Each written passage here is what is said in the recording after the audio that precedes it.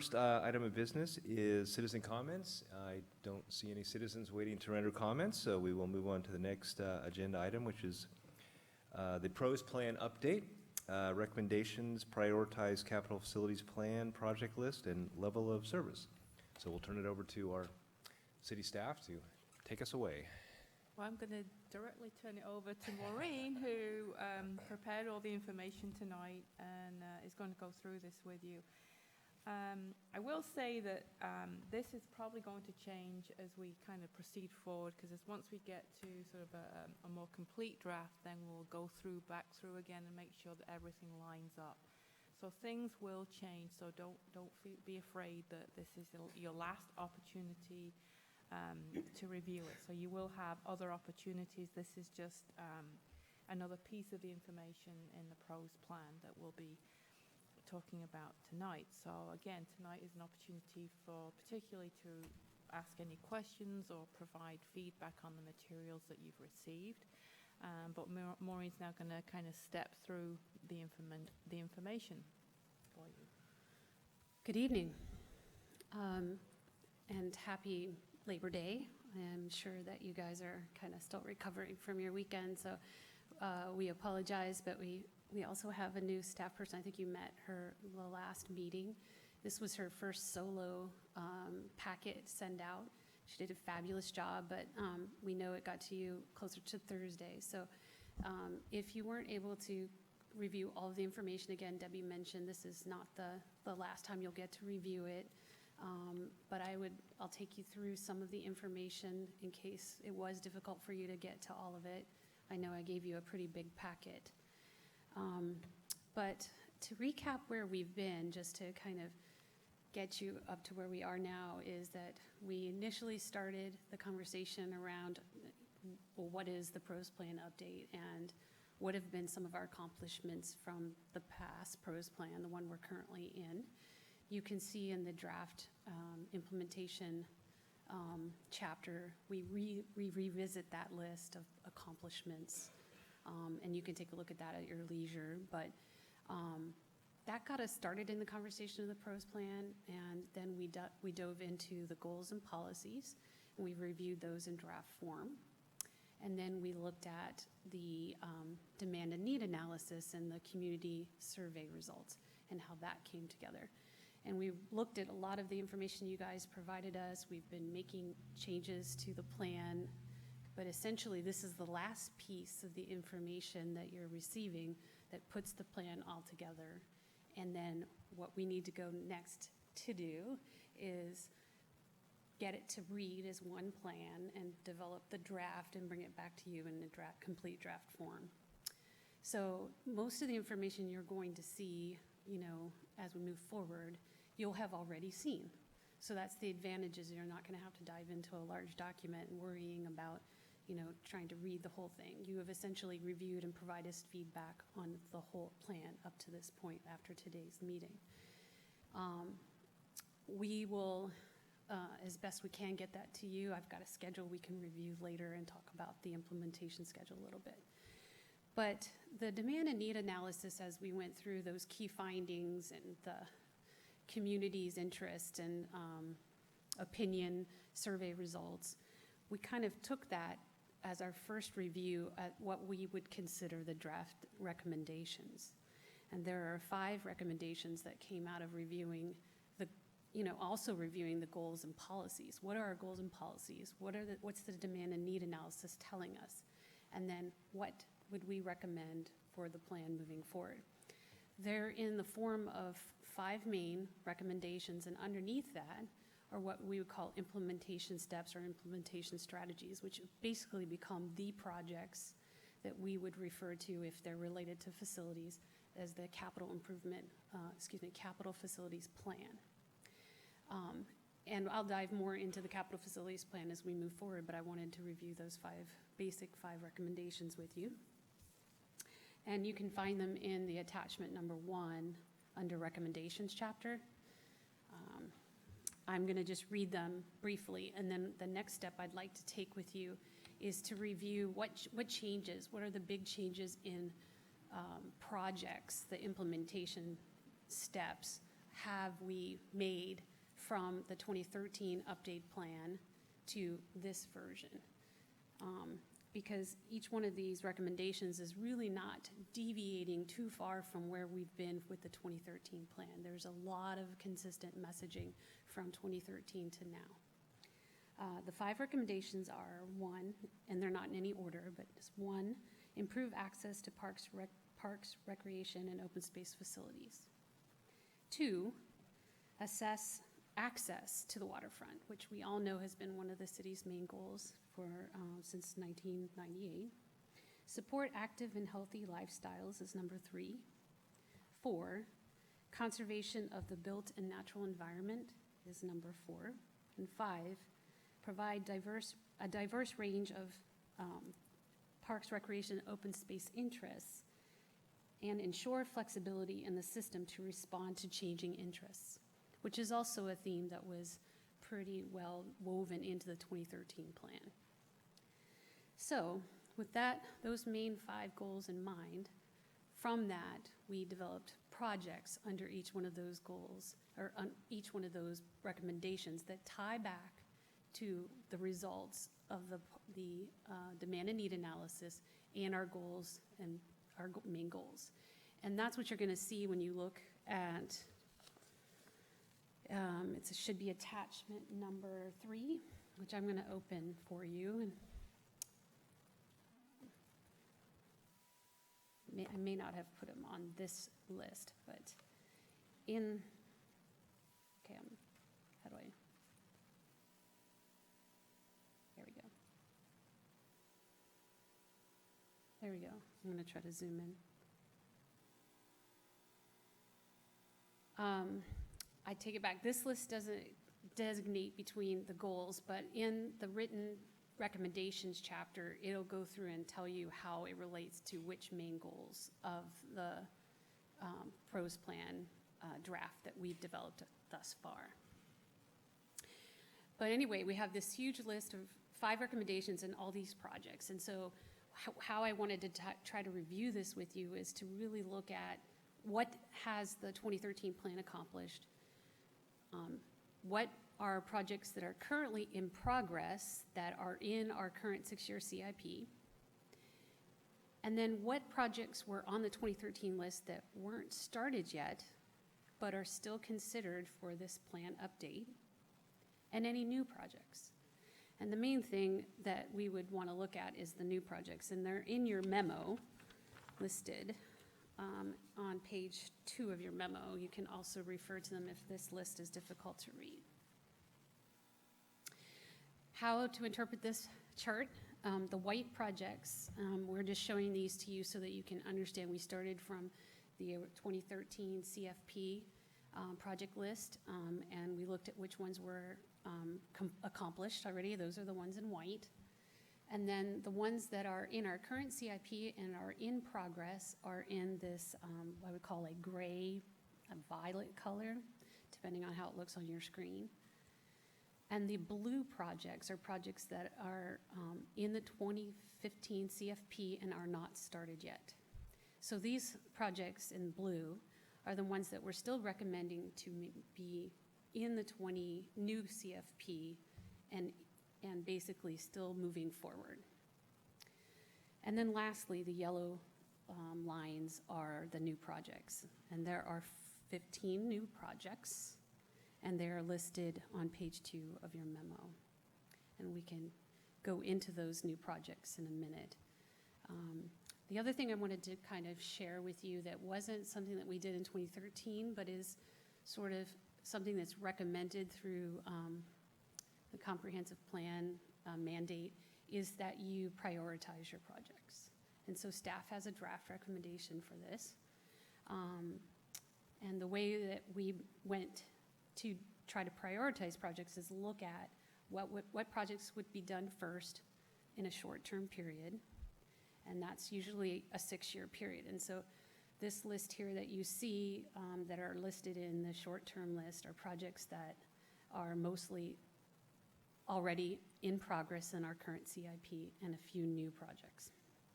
If the projects don't have a cost associated with them, they're projects that we have that are new in theory and we would have to work out what would the funding, type of projects be in that particular CFP project, and what would the funding be. So those are obviously ones that we don't have that information yet. Then the mid and long term, that's from 7 to 13 years and 14 to 20 plus years. You can take a look at how those projects have fallen out. As you can see, our first 6 years is actually a pretty hefty load of funding. That's 11,922,000. And then you'll look and see that we broke down the short-term list, and it's closer to 44 million, and then it goes up to 144 million. The big thing to note is that this is an unconstrained list, although there's money tied to these so that you can get a general idea of cost. There isn't funding that's matching up with these projects. However, the ones that are in the 6-year CIP is where we do have revenue tied to the project, so that would be in your first 6 years. Okay, so there's one more chart I wanted to show you that presents that information a little differently, and that's actually in attachment 1 under implementation. This is a little easier to review because you'll see them in short, medium, and long term. So if you go to page 20, thank you, Debbie, you'll see the short-term list. I'll get there myself.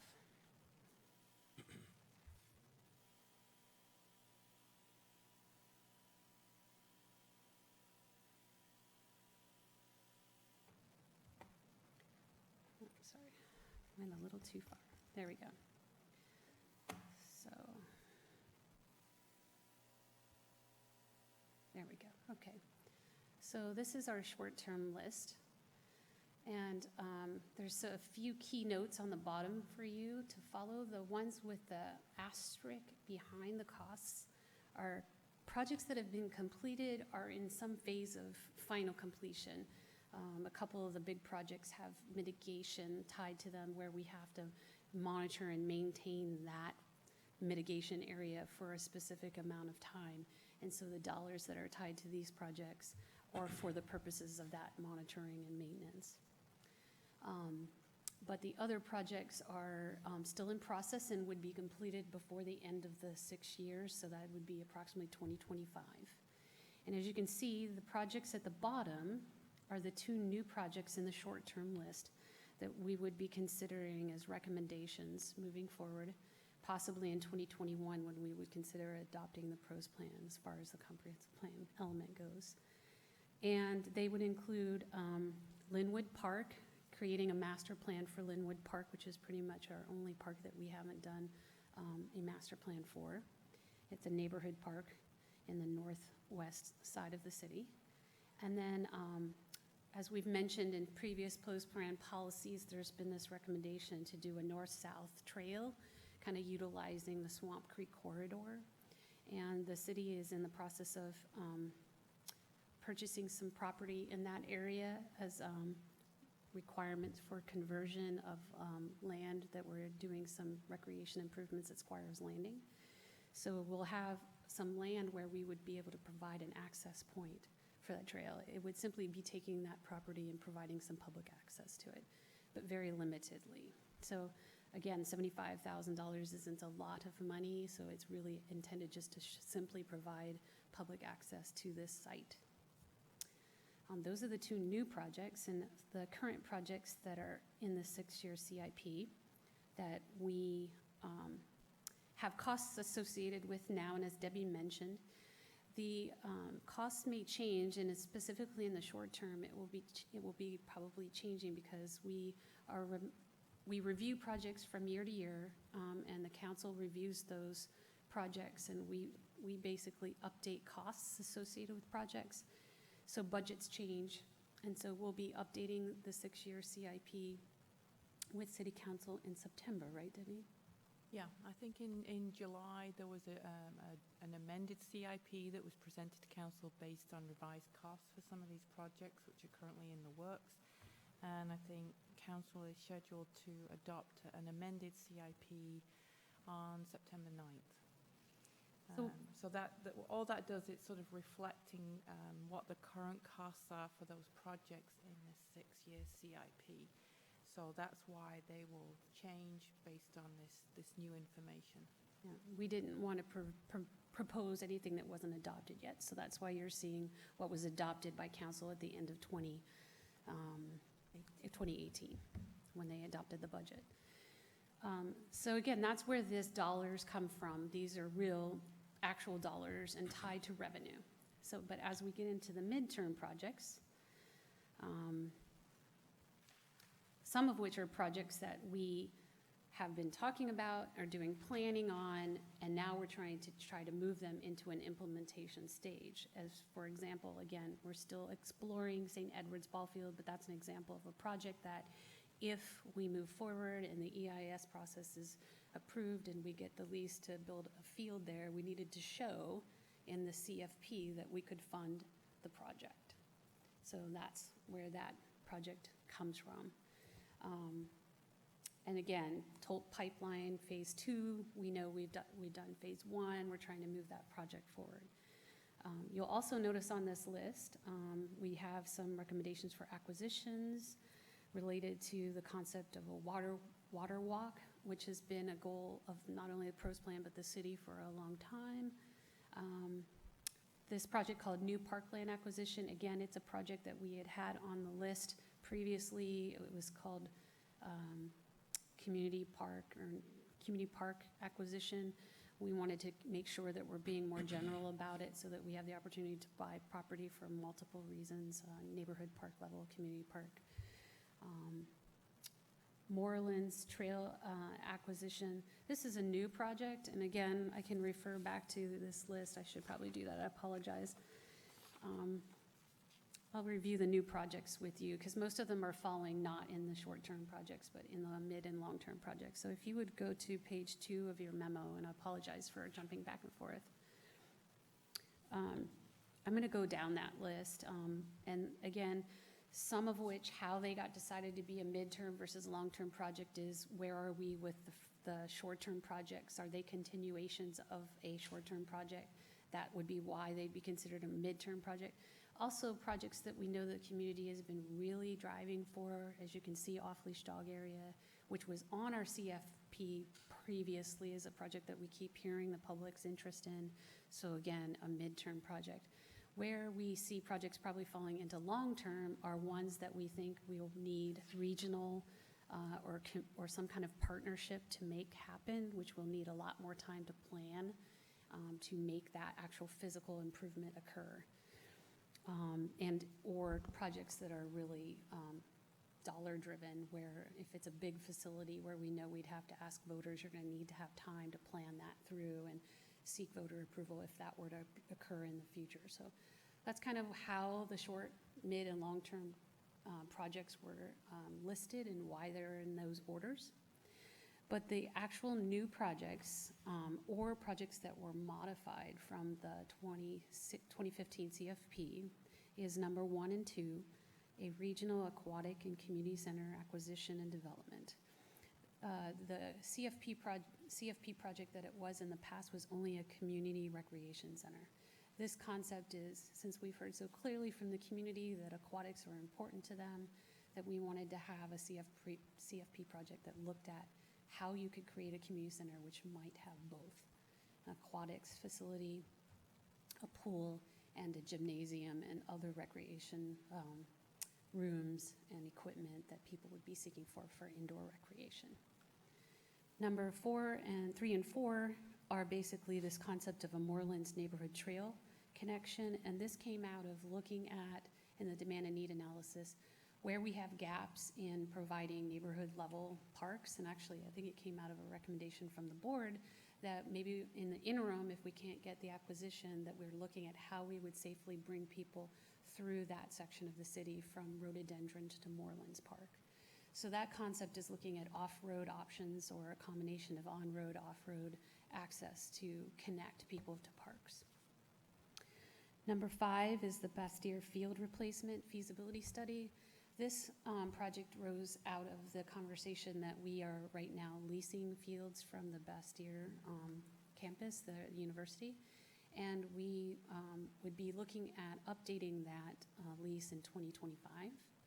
And if that were to succeed and we continue leasing the fields, there may not need to be a feasibility study, but we wanted to be proactively looking at the need for replacing fields if that lease doesn't go into place, because then we're at a deficit of fields of what we currently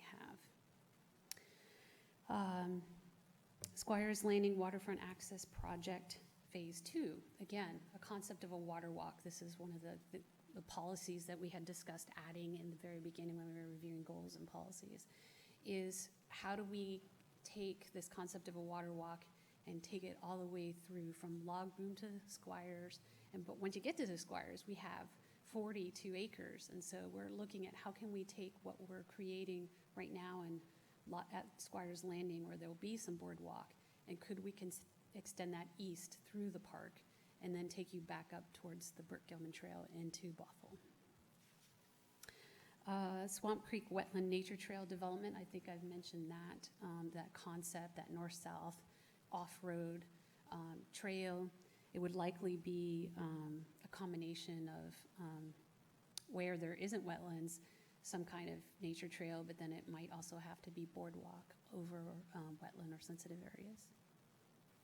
Lake Washington Waterfront Park Development, same project that's been listed in the previous CFP, just looking for ways in which we can get more access to the waterfront on Lake Washington and the Sammamish River. New parkland development. This is really tied to the gap analysis for walkability that we did in demand and need analysis. Where in the city are there gaps in meeting neighborhood park needs? Kind of like I mentioned in the Moorlands area and also in the northeast corner of the city. Those areas we'd be looking to target new parkland acquisition or to provide community park facilities where we could provide more like outdoor recreation facilities like ball fields and play facilities, things that are going to be something that an entire community would have access to and need. Moorlands Park expansion, that's an existing CFP project where we would be looking at expanding Moorlands Park by looking at what opportunities there are for acquisition of properties surrounding it. Again, this is a concept that, you know, when and if there may be properties that are up for development or for sale that we would be looking at. How would we aggregate more land to Moorlands to add to it? Safe routes to parks. This is a new project, and the idea here is we've been talking a lot about how do we safely move people through the city. It doesn't have specific projects tied to it. We'd really have to do some work on understanding the network, kind of work with Public Works and look at the transportation master plan and see how we can develop a more robust ped and bike system. The ADA and universal access improvements. This is something we should be doing with our park system anyway, is really looking at what facilities need those kind of changes over time. The ADA guidelines and recommendations, they change. And so we have to be proactively looking at how to modify our facilities to make sure they're meeting the ADA requirements. Natural areas restoration. This is another thing that we've been talking about. How do we take care of the natural environment that we already have in our park system? We basically want to look at how do we maintain those facilities so that they're still a natural critical area that is healthy and vibrant and still part of the park system.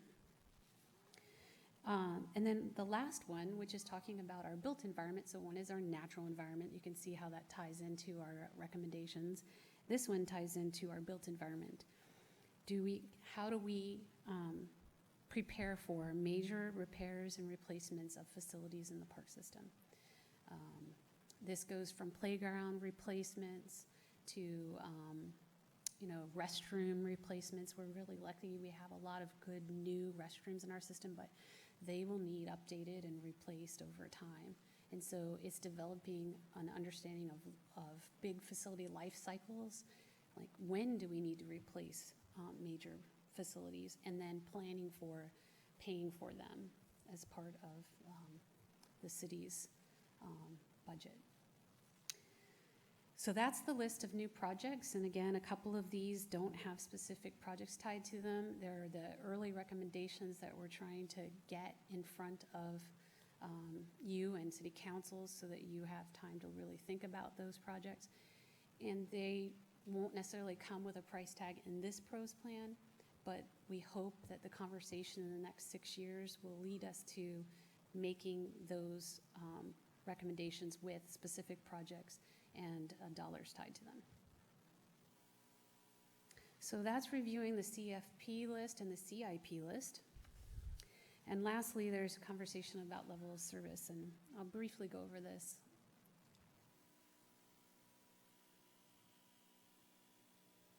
So I provided you some background information in your packet. It would be attachment 4 that simply is an exercise that we had to go through for the park impact fee rate study, where we had to basically value the assets of our park system. And as you can see, this list does not include the natural environment assets, but this was what we could accomplish in this PROS plan, was looking at what are the facilities. We inventoried all the facilities in the park system from park to park and recreation facility, and said, you know, how many of these do we have? What would be an equivalent replacement cost for them in 2018 dollars?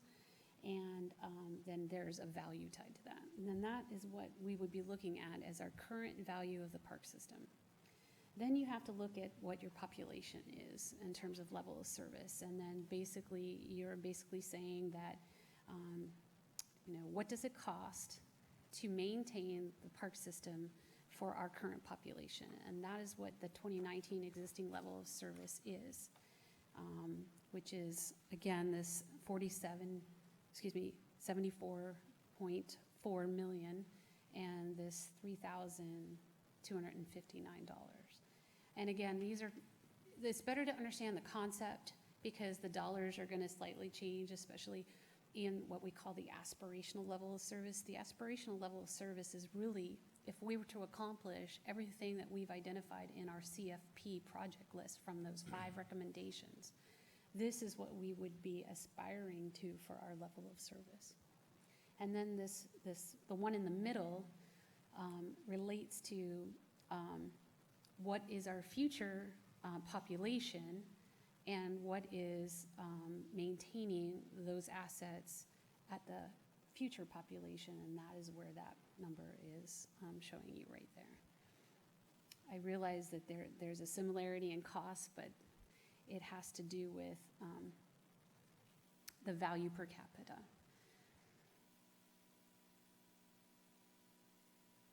And then below are benchmarks that we're shooting for in terms of how do you get there.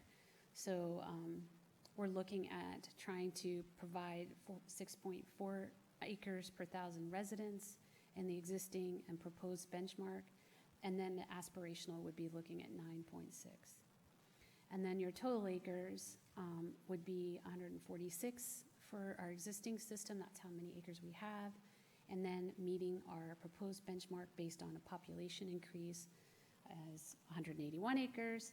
And then, of course, what our aspiration level of service would be, which would 293 acres. I realize these numbers seem really, really large and maybe seems to be unattainable, but it still is a way in which we can assess how we're doing in providing parks and recreation for our community.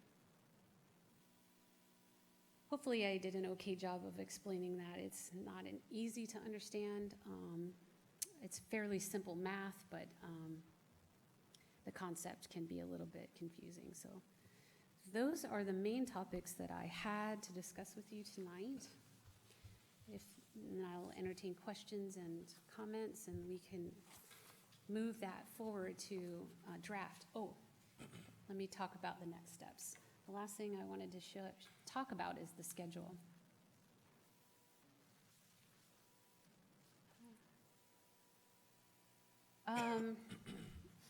you guys were very great at providing us a lot of thoughts and suggestions and recommendations, especially on public engagement. And so I wanted to tell you a couple of things that we've been doing since the last time that I met with you. One, we're trying really hard to take as many of your comments and recommendations and putting them into the draft, or looking at how we can mold the draft based on your thoughts. And then two, we're trying to plan for more public input. And so what we've done, I'm not sure if you've heard this yet, but we basically developed a 3-question survey that's kind of a follow-up to the statistically valid survey that we did in January. It's available for anyone to fill out, resident or non-resident. It's about what do they feel they need for park facilities and recreation facilities. And the questions tie very closely to the ones that we presented in the statistically valid survey, 2 main questions.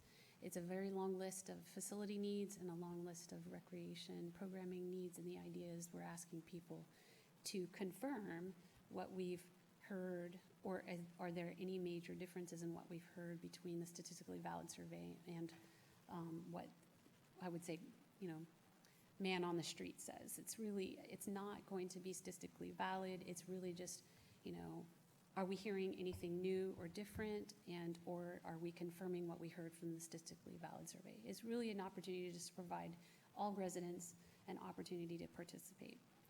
And then those who are able to attend an open house, we're planning one at the end of September, September 25th. And the intention here is that we're basically breaking it down in little sections, stations, and each station would be about goals and policies, everything that we've basically reviewed with the Plan Commission, past accomplishments from the current plan, goals and policies, demand and need analysis and community input, and then the last one being the recommendations, and then the CFP project list. So essentially, we're going to give them in a very simplified way the basic information that you have heard from us over the course of the last 6 months, and share that with them, and then have an opportunity for engagement at that meeting. So because we needed more time to really write the draft, and we needed more time to really get public input, we wanted to move the schedule. It was pretty aggressive. And if you read the memo, you can understand that basically what this means is that we're unable to really implement the park element within this current docket. So we'll be moving, we've been wanting to go this direction anyway, where we're developing a pros plan for the purposes of the Recreation Conservation Office's requirements to qualify us for park grants, and submit a plan to the RCO so that they have that in time for us to be able to apply for grants, which is March 1st. That's our main goal. But essentially, we're taking everything that we've been doing with you and developing a pros plan element simultaneously. So the information is the same. We're just essentially trying to accomplish the goals of meeting the RCO's requirement and the element at a different time. So we would go through with you as a draft, and then to council as a draft, and get all of this lined up so that by the end of February, the hope is that we have an adopted draft by resolution. And that would allow us to apply for our grants if we have some in 2020. And then we would start developing that for the park element that would come to the Planning Commission as a public hearing in late 2020, and then to City Council through your recommendation in November of 2020. So again, we apologize we weren't able to meet the schedule to complete this work within this docket period, but it does provide us more time to do a more thorough job. And with that, I'll open it up for questions. Do you just want questions about any aspect of it, or do you want to focus on any particular part of it? What would be best from your? It's up to you. Well, I guess it depends on the questions. So let's see if you have any questions and where those questions lie. Okay, so basically open. I would say open it up. forum at the moment. An open forum right now. Okay.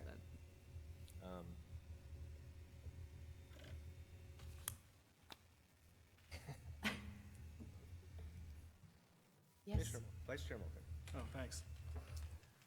Great job, Maureen. That was really comprehensive. A couple questions, and these aren't in a particular order, just sort of free association, but maybe I'll start at the bottom, and I'm looking at the proposed changes worksheet. Okay.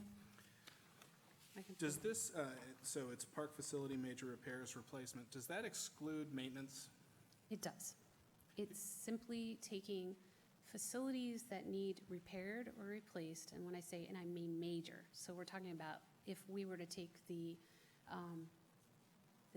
senior center, which is located within one of our parks, that we maintain that facility, it's a building, and we have to replace the roof because it's in disrepair. That is what we call a major repair and replacement project. Those costs are not a daily maintenance operation. It is simply trying to take care of the facilities that we have. Right. And we don't have any dollar values associated with that. Correct. Will there be a point in time where we would have an estimate? Well, it's a good question. We presented it to you without dollars, and because we haven't done kind of an analysis of what those major repair and replacement needs are. That would be our first step. So essentially, as staff, we would have to start analyzing and maybe hiring some consultants to do some assessment of some of our major assets. And then we have to also look at life cycle and when those repairs would be likely needed. Playgrounds are a good example that typically playgrounds can last up to 20 years. Obviously, there's going to be maybe slides that need replaced or parts that need to replace. Those aren't necessarily exactly what I'm referring to, is when we have to really take a whole playground and redo it because it's not meeting the current guidelines any longer, or surfacing is another one where a lot of times there was the use of pea gravel, and that's not meeting safety requirements on playgrounds anymore. So you have to, change that. Another example would be restrooms again, or drinking fountains where they're not functioning any longer and we need to replace them, or there's parts in the restroom that you need to replace. So those are the types of examples, and we have to really go out and do more work on our existing facilities and start to analyze what would be a typical life cycle for those types of facilities, and when would we expect to replace them. Then you can start developing a plan for repair and replacement of our major facilities. Right. And tie cost to it. And it seems like some of that would be a natural part of the project planning process. So I'll just use the St. Edward's Ball Field project as an example. If we were able to move forward with a lighting plan or an artificial turf plan, Yep. we know those have life Yep. expectancies as well, right? And it might be good at the time that we budget all of that and amortize the price cost, that maybe we build that into those line items as we go. And that's part of that recommendation. It's actually the first part of it, is that when we implement CIP projects, that we're tying repair and replacement costs to them so that we can plan for that in the future. Okay. But we just don't currently have a list and costs associated. Right. Okay, my next question's around kind of two line items.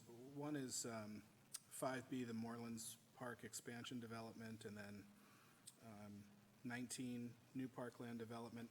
We have those both listed in the long-term column, but I assume that would have to be much more opportunistic, right? Yes. So is there flexibility if an opportunity to purchase, we can borrow from the long-term plan into the midterm plan or even into the short-term plan if the opportunity presented itself?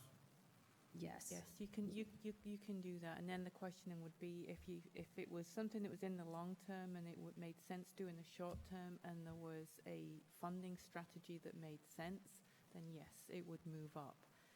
So for something like an acquisition, then, for example, if there were grants available to help with that acquisition, then it might make sense to move it up. But you'd only move it up into the short term, 6 years, if there is funding available to make that happen.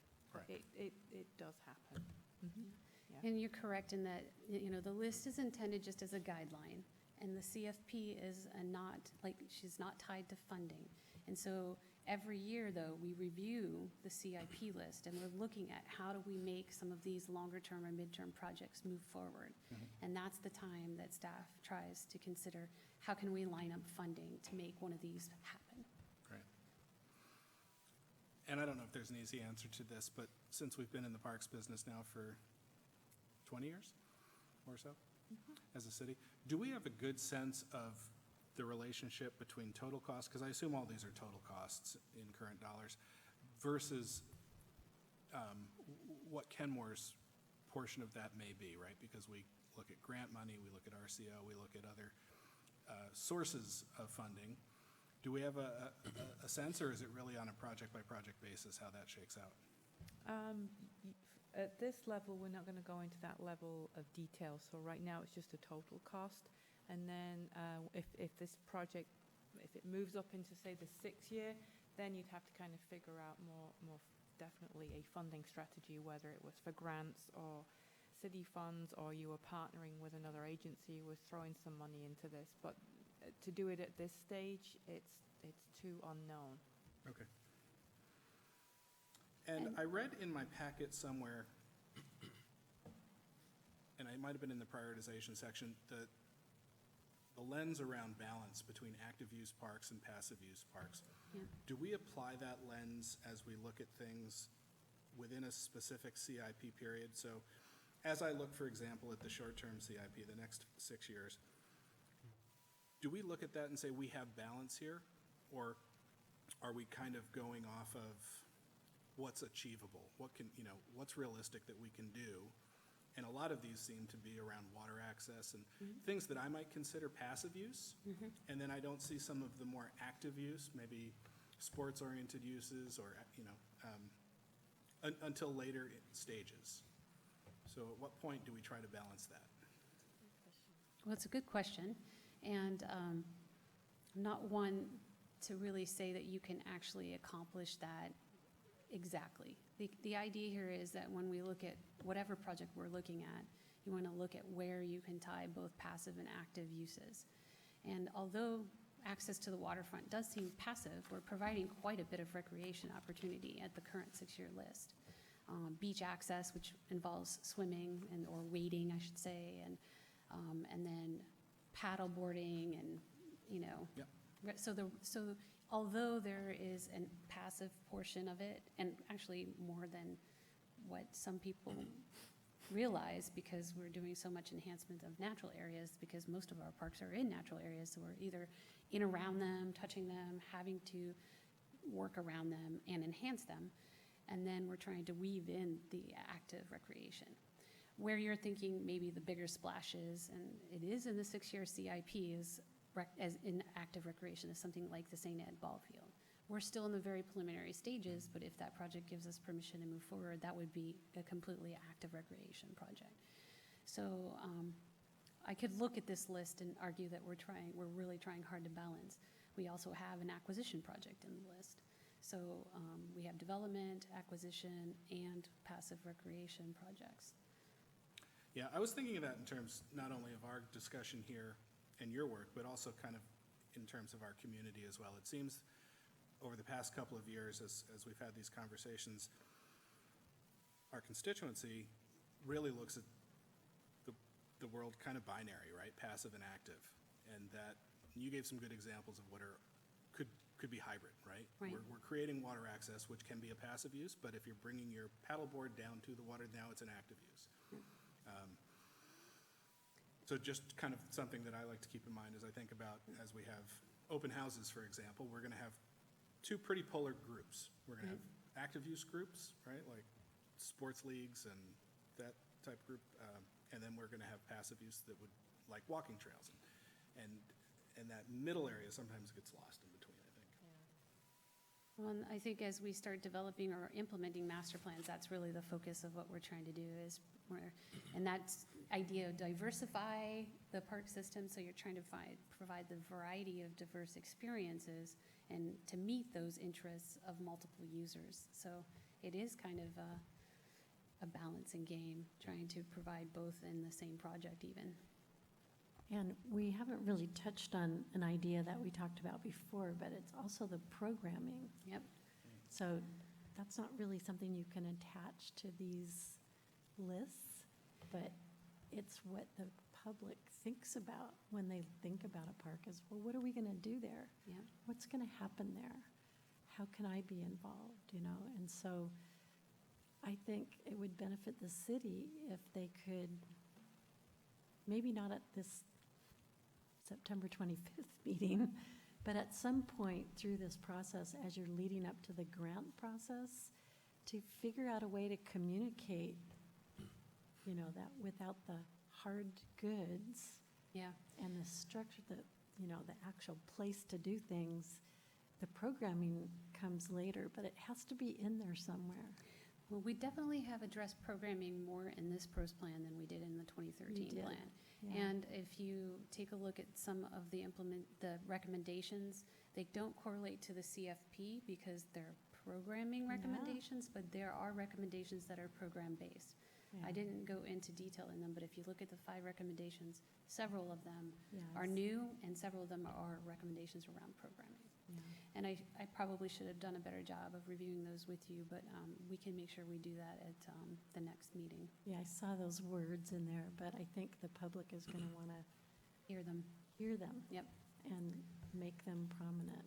Thank you. That's a good recommendation, and I think we might be able to incorporate that in September 25th meeting. You're not going to get public engagement if they can't figure out a way to participate. Thank you. Thank you for this. I really like your addition of adding in the different timings here for short, medium, and long term. I think that, at least in my case, really helped me think about some of the other parts of what's in the plan here. I think specifically about the needs analysis. When we're looking at the needs analysis, which is also a great approach, but what's built underneath there, I think it could be potentially a problem because our population will continue to grow. We're doing everything we can to grow that population, increase its density. But we're not going to make any more land. That's static.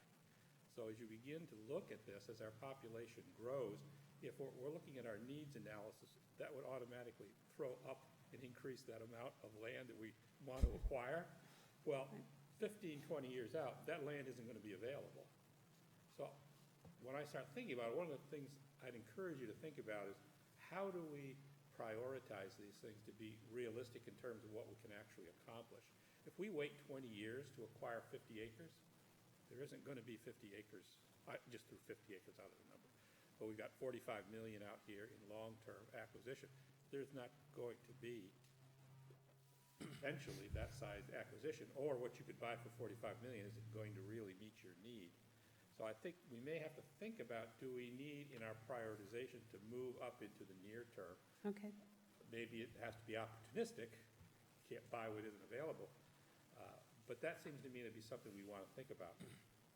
The other flip side of that is, as our population grows and become more dense, and the town starts to look more like what we have around us now, and particularly as the population begins to age, even though we have a relatively young population in Kenmore now, they will get older.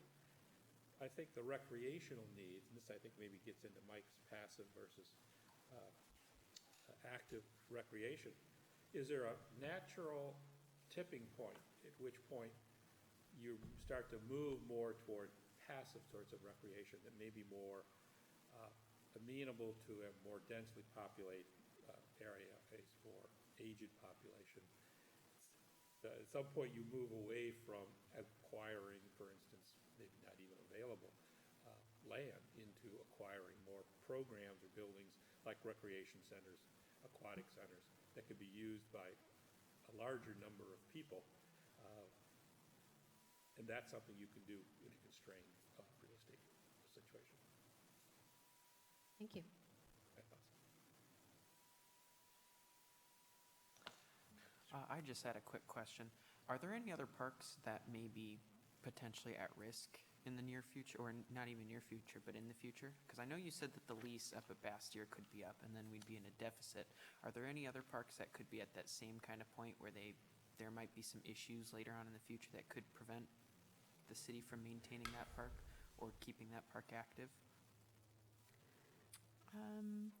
Well, the difference for Bastille or the state park land is that the city doesn't own it, but the other land is owned by the city, so the city has sort of more control over what happens on the land. So it's sort of a different scenario for the rest of the city. But there's no on top. other situation similar to that around here.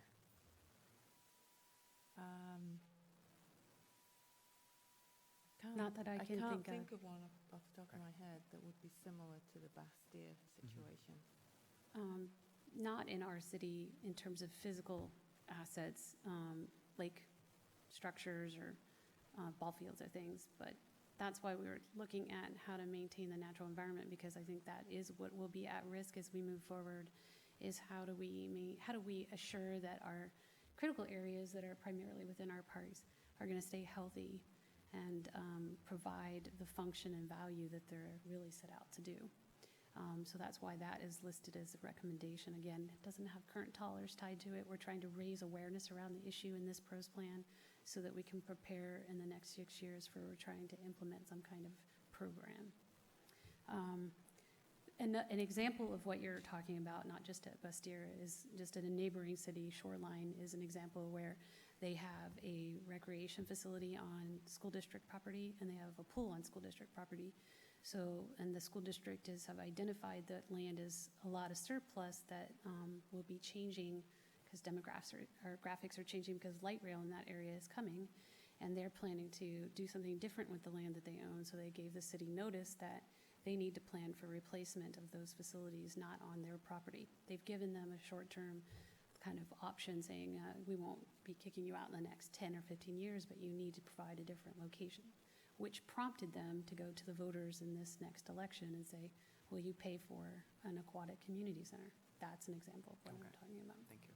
But we don't have another example of that in the city that I can think of.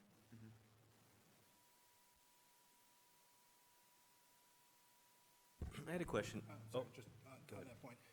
Morelands might be as close as we get to that kind of shared interest, right? Where we own the park, but there's really no boundary between what is, there probably is a boundary, I just don't know what it is. But there's a very fluid use, mixed use between the elementary school population and the community. Right, actually the playground is on the park property. It is. So the school doesn't have a playground on the school district property. The playground is in the city property.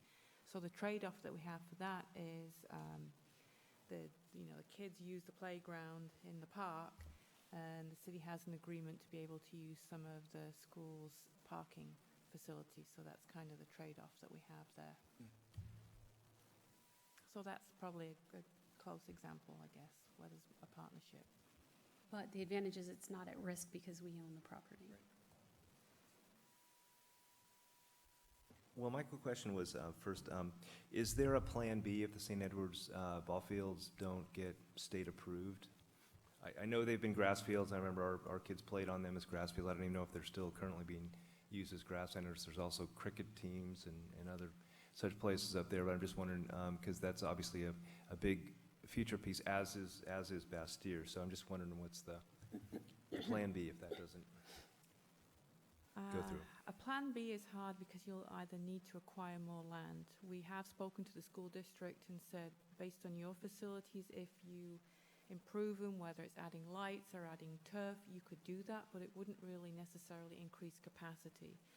The difference with the St. Ed's ball field is if that field was improved, because it isn't currently being highly used, it would add significant capacity. So while there may be room as a plan B to work with a partnership with the school district, it's still not going to get you the additional capacity. So the plan B then would be either, do we need to look at acquiring land, or is it something then that you maybe need to look at a partnership outside the city for improving land? Because, like I say, there is a limited amount of land and a lot of competition for land, especially if you're looking for, 4 acres or more to put a ball field on. There's probably a lot of competition for that very land. So the question then would be, if St. Ed's doesn't work out, then the question would be, how realistic is it to acquire land and build that capacity in Kenmore. I think it would be very challenging, so you may just have to look at partnerships within the city or even partnerships outside the city and participate more regionally.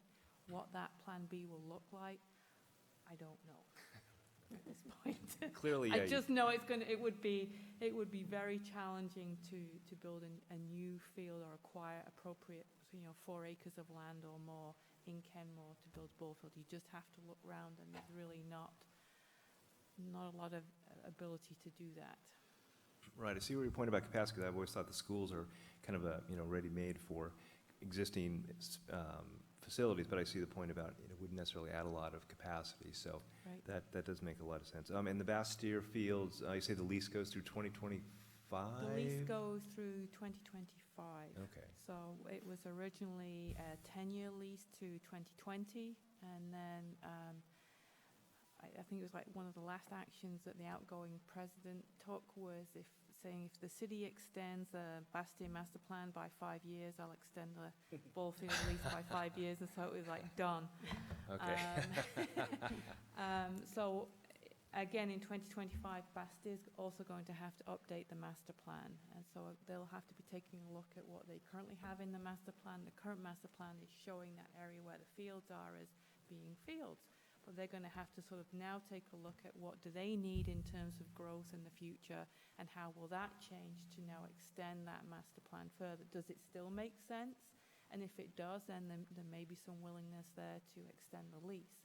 So there's sort of a two-part to that. Is it's tied really to what Bastille's needs are in the future, and how that area of the property where the fields are works.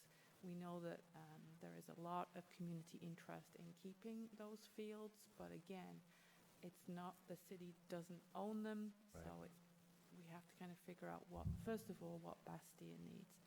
So that conversation will probably start in the next couple of years. I wanted to go back to one of the commissioner's comments about why would you then consider moving acquisition up? This is a good example of what the momentum would be to move acquisition up into the near term. I will say that it's always fun to try to prepare something for the first time and see how it lands with you. So thank you for your feedback. And one of the things we were dabbling with, I definitely was working with our consultant on developing this material, and is how much do you put in the short or mid or long term? In the short, we're fairly limited because we really don't have a lot of resources to tie to it that aren't already tied to existing projects. So that's why that list doesn't have a lot of new projects in it. It will be looked at from year to year, so there would likely be midterm projects moving in the next 5-6 years. But in terms of mid and long, we were playing a game. Do you split it? Do you put it all in long term, midterm? So I hear a recommendation from you that we should consider potentially splitting the acquisition into mid and long and separating those costs, so that you're essentially still covering $45 million, but it's between mid and long term. So it's showing that you have a need to be looking at acquisition over the course of both the mid and long term, and having that tied. Yeah, this is what makes this type of planning fun for finance guys like me. This is our fun. But I think you're on the right track. The question here is almost a sensitivity analysis type of thing. We say that we would want to maintain the same level of investment per capita going forward into 20 years. Well, if you're constrained in terms of the amount of real estate you could buy, that's not a reasonable assumption. Yeah. So I think, as you, I'm sure, will, where you get into an iterative process, we have to then ask ourselves, is that really something we can do? What could we do? What's the timing of having that happen? And there's trade-offs that happen in there. And so I realize that this is, I wouldn't say simplistic, but this is the initial cut that you start from. You begin to do the work and ask those questions. So I just wanted to throw that out there to be thinking about. It's one of the things that went into my mind. But, as a city grows, you have to deal with the realities. You're out there, so we're going to have to, in here, there's going to have to be some picking and choosing. Yeah. Well, so I think the expectation shouldn't be that, we can actually maintain this level. Maybe we can maintain the level of expenditure, but what we buy with it is going to be changed and impacted by how the environment changes. And I think you're right. I mean, we're basing everything that we're doing off of what we're hearing now. And that's why we update this plan every 5 years, is because we want to confirm, is this still the same direction that the community has a need for? And so there'll be opportunity to explore what is the right mix every year as we move forward. And that's why I think Debbie's comments are the direction she was going about. All the other cities around us, or who are relatively small, are going to be facing the same questions, the same problems at different points in time. Well, they may have part of the solution that we miss. And so I think a lot of the solutions to this, particularly when you get into very expensive things like aquatic centers, community centers, things like that, that really could be naturally built for a larger catchment area than what Kenmore will ever be. That makes sense. And so where does that fit in? You know, that's certainly not near term, No, but, you know, those are the sorts of questions I think some planning commission blogs after years long, except for Dave. well, we did think about that, at least for We'll the, have to deal with it. we did think about that for the Aquatic Community Center, because it's a big ask, and it's certainly not something I think we can accomplish or plan for in the short term. You kind of need to work on it in the midterm and come approach it in that time period about what are we going to do about this problem, really? And these dollars, I don't know if you read it, but I didn't really point it out. It's a quarter of what we assume the cost would be, because we're assuming that we can't achieve this on our own. So it's a quarter of the cost that we think it would take, and that we would need partners to come up with the other part of the pie. And who are those partners? We're not exactly sure, so we didn't want to list them, but the school district is obviously a candidate, because in the school district, we know there's a need for aquatic facilities. And then neighboring communities, whichever neighbor communities we can work with would be the other list of partners. And/or there's also a private partnership opportunity that can be explored as well, which is something that Shoreline explored as well, is can you look at a developer who is already developing some kind of complex that they could attach a community center to, and then, we put in certain money, but the capital for the land and for the development isn't all the city's burden or multiple players' burden. It becomes a partnership between private and public. That was explored. It isn't the direction that they went, but it was an explored option. It's how could we work with the development community? I no doubt that there's opportunities that are going to present themselves over the next 10 to 20 years. I mean, when I read nationally about some of the things that are happening, with so many small shopping centers going out of work, they're going out of business, they're no longer viable. Some of the interesting community-centered things that have happened with some of those. And I kind of think around our general area, there's a couple of shopping centers that may be about on the cusp of wanting to talk about something like that are fairly Good close. concept. But that would, again, would be a regional solution. It wouldn't be by itself solution. On the topic of regional approaches to this, it seems that as opposed to creating some type of new parks district between North King County communities, would King County itself have an interest in meeting some of these needs? I'm thinking about the King County Aquatic Center in Federal Way. I don't know if that's complete, and I know there's some co-branding, if not co-funding with Weyerhaeuser Corporation around that, but is it something the county might be interested in doing to satisfy aquatic center needs on the north side of the county? It's something we could explore for sure.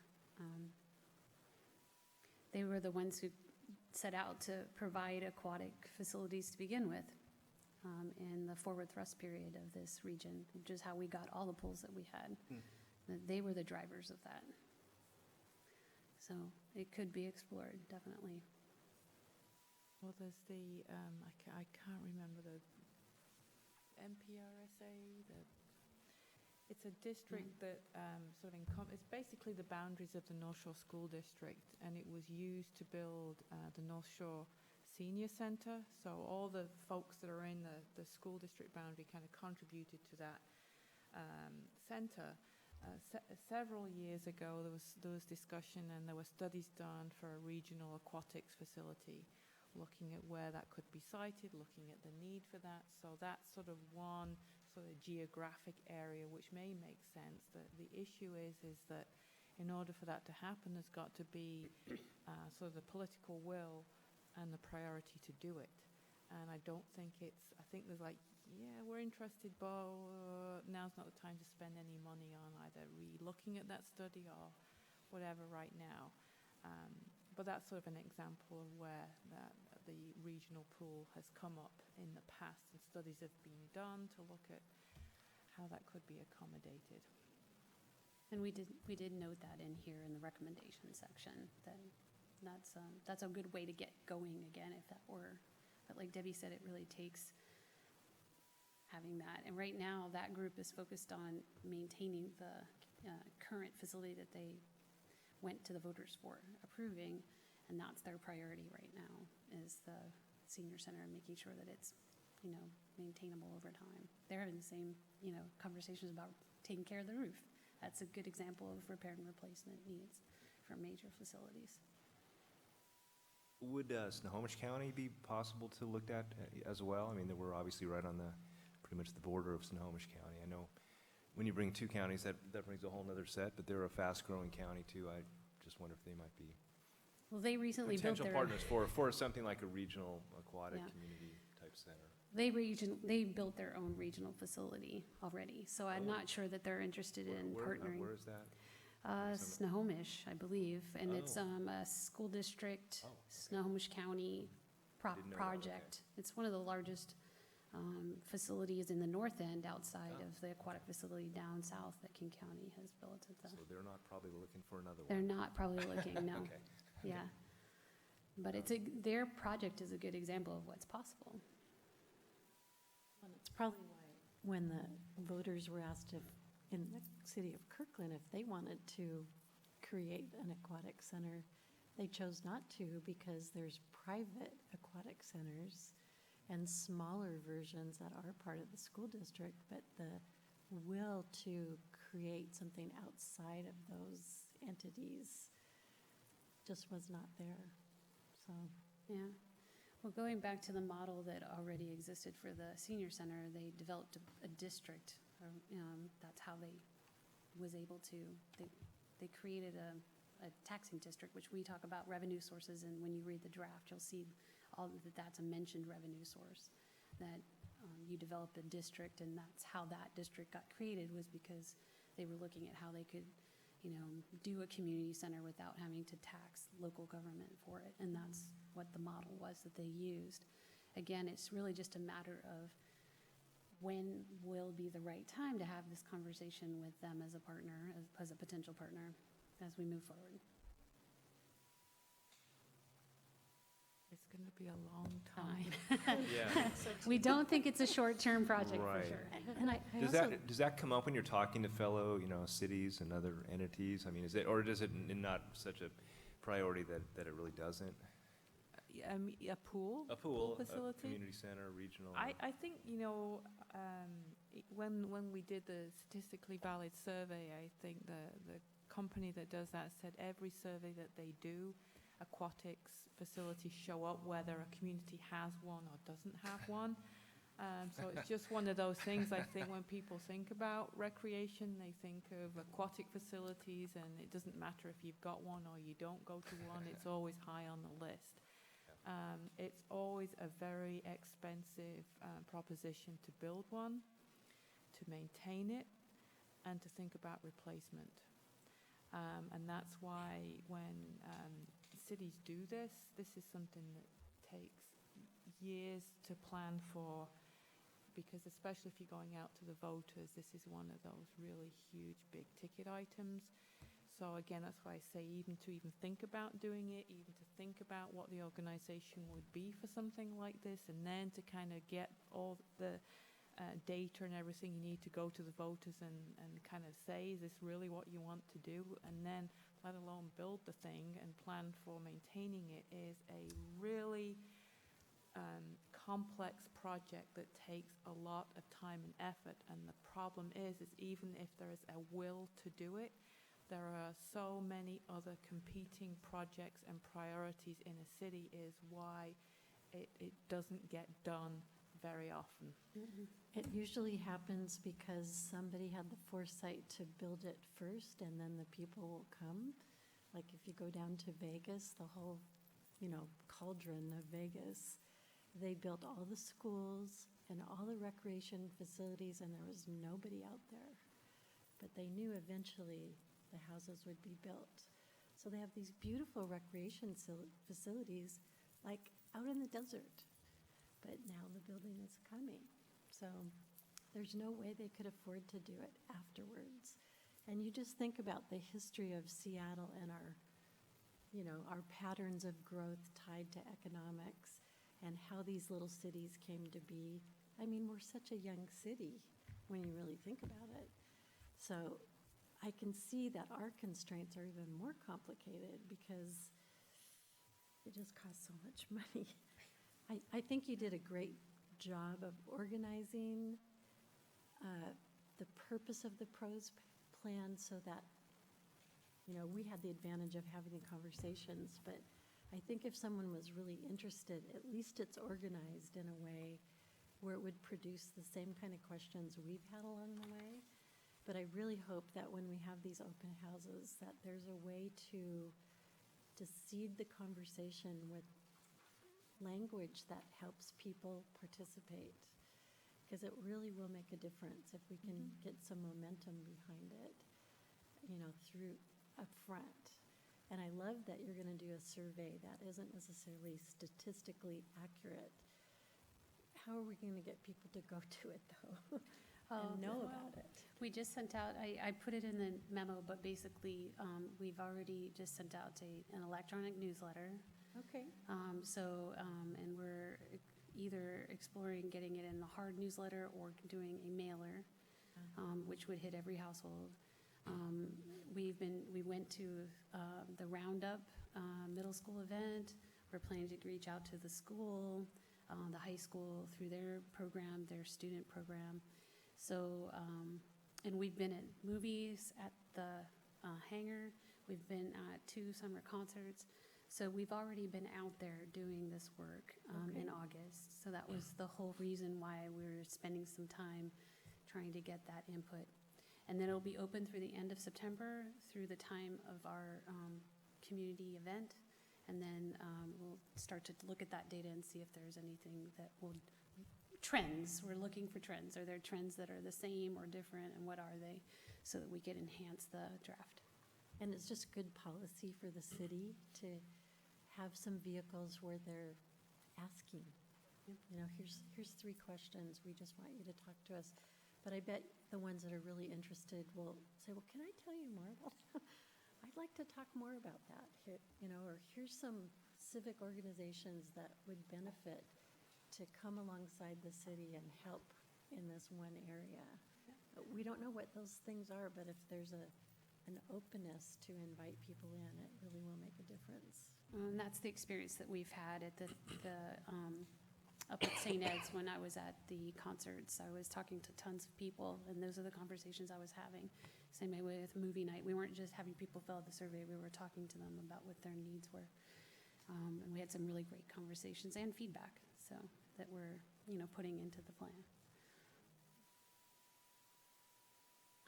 I personally just had one more, and that was on the dog parks. And I think maybe some of you have seen Bothell has a pop-up dog park right there in their downtown. I think it's ending in mid-September. Is that something Kenmore would, consider, short of, I think, the plan talks about, what I assume would be a more permanent sort of year-round facility, but is a pop-up dog park something that we could look at? I mean, again, those things. It sounds pretty great. cool. It's pretty cool. It's great. There is, costs and planning and everything that go into that. Sure. So again, I think if it was something that there was interest in doing, we'd have to then figure out what resources we need to put behind that to figure out where's it going to go and what do you need to make that successful, because it's not just a fence. To be successful, it has to be in the right location. You've got to then make sure that you have the right facilities there to make it work, and then you've got the right resources then to make it function. I'll absolutely, try and be yeah. gentle about that while it's in operation. So, So we yeah. we have the informal dog park of Swamp Creek, right? So Yeah. I'm just going to We go don't like wanna this.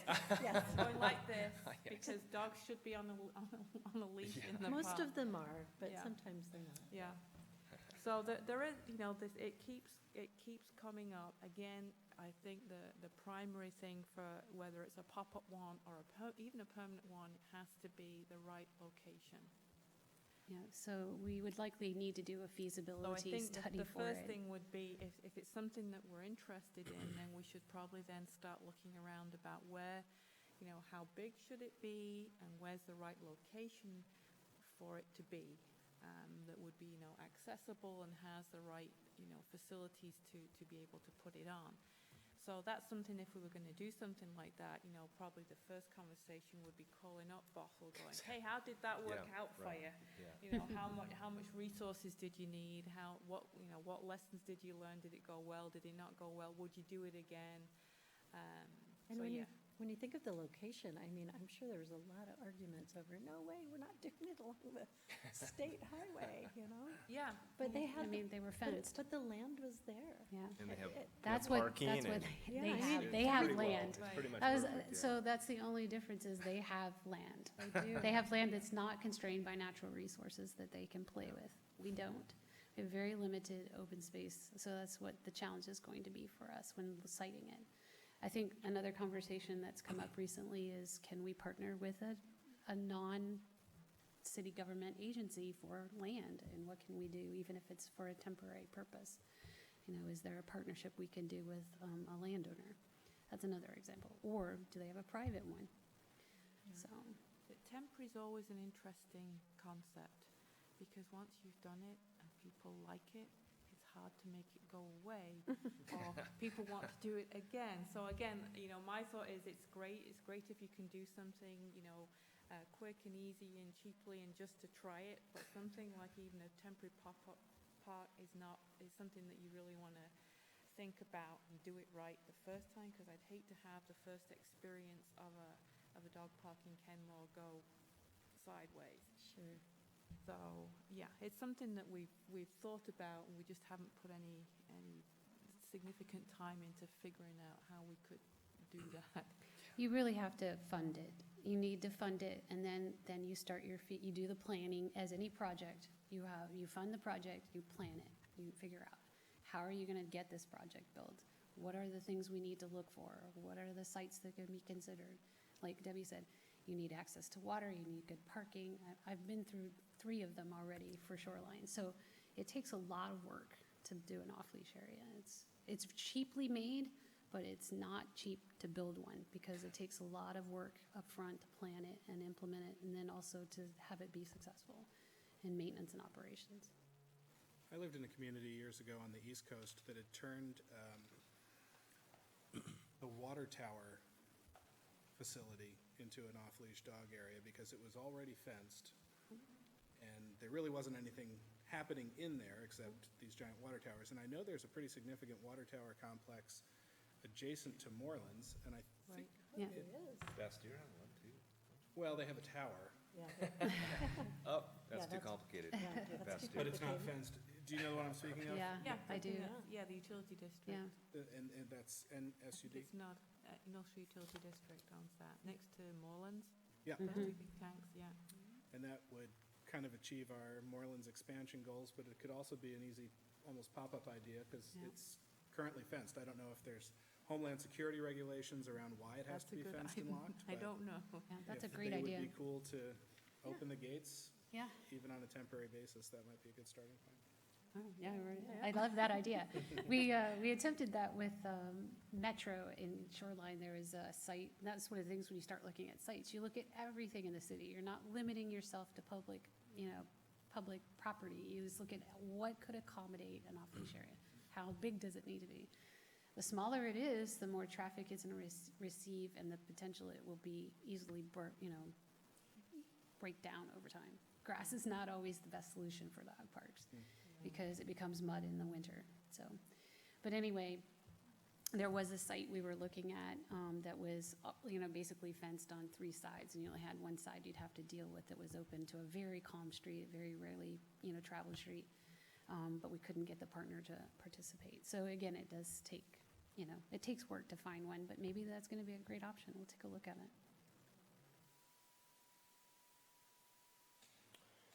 Well, anything else from us or from you tonight?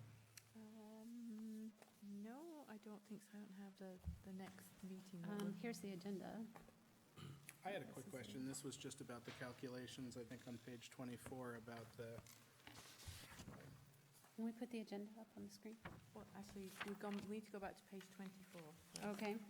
it's just a quick calculation there that to maintain the 6.4 acres per capita, that shows about a 25% growth in acreage. Are we anticipating by 2039, 25% population growth? I think, so yes, it was proposing okay, so there's an asterisk below it, so let's take a look at the asterisk. Well, that's for the aspirational. Assumes at a minimum the same value, quantity, and quality of parks that would be provided to accommodate new growth. So Let me get back to you on I that. think the short answer is that you want us to check our math Yep. in terms of the population growth and the translation into this, just to make sure it's correct. Yeah, I was just Yeah. curious if it's linear, or if there was some other calculation I was missing. Sure.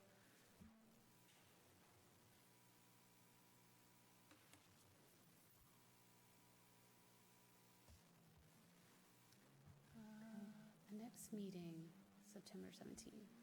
Is that ADUs coming back? I don't know what was going to be on the agenda.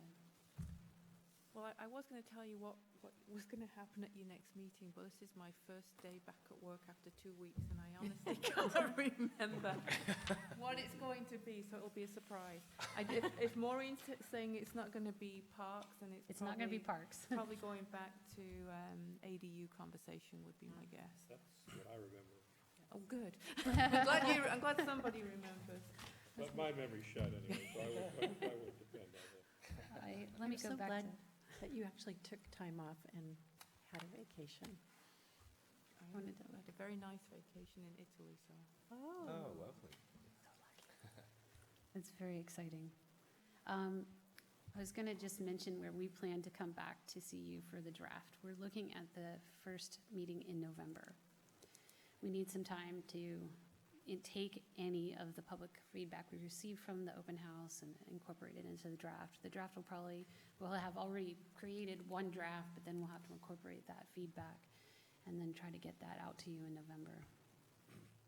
Will the current survey that you mentioned, the 3-question survey, will that be closed by the 25th?